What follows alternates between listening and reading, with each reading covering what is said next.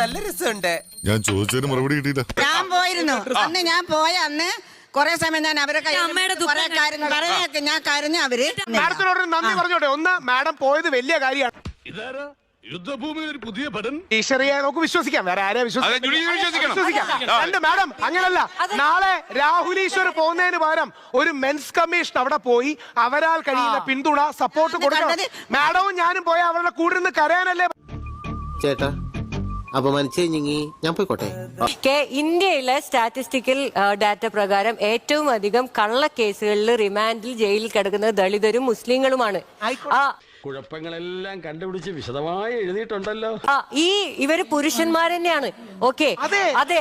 ഈ പുരുഷന്മാരെ പറയട്ടെ, ഈ പുരുഷന്മാരെ കള്ളക്കേസുകളിൽ ജാതിയുടെ പേരിലും വർഗത്തിന്റെ പേരിലും റിലീജിയന്റെ പേരിലും ജയിലിലാക്കിയിരിക്കുന്നത് മറ്റു പുരുഷന്മാരാണ്. എന്താ സംഭവം എനിക്ക് മനസ്സിലാവുന്നില്ല. കാര്യം എന്താന്ന് വെച്ചാൽ തെളിച്ചു പറയാൻ. വിഷയത്തോട് ബന്ധമില്ലാത്തൊരു കാര്യമാണ് താങ്കൾ പറയുന്നത്. താങ്കൾ പറയുന്ന നമ്മുടെ കന്യാസ്ത്രീമാർ 9 ദിവസം ജയിലിൽ കിടന്നു, സിദ്ദിഖാപ്പൻ 1.5 വർഷം ജയിലിൽ കിടന്നു. ഇങ്ങനെ അടക്കം ദളിത് മുസ്ലിം ന്യൂനപക്ഷങ്ങൾ ബുദ്ധിമുട്ട് അനുഭവിക്കുന്നുണ്ട്. ഇതാണ് ഇവിടുത്തെ വ്യവസ്ഥിതി. പക്ഷെ ആ വിഷയമല്ലല്ലോ ഞങ്ങൾ പറയുന്നത്. പലപ്പോഴും അത് വേണം, അത് വേണ്ടെന്ന് ആര് പറയുന്നു?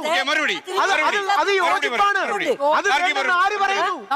അതിനോടൊക്കെ യോജിപ്പാണ്. അത്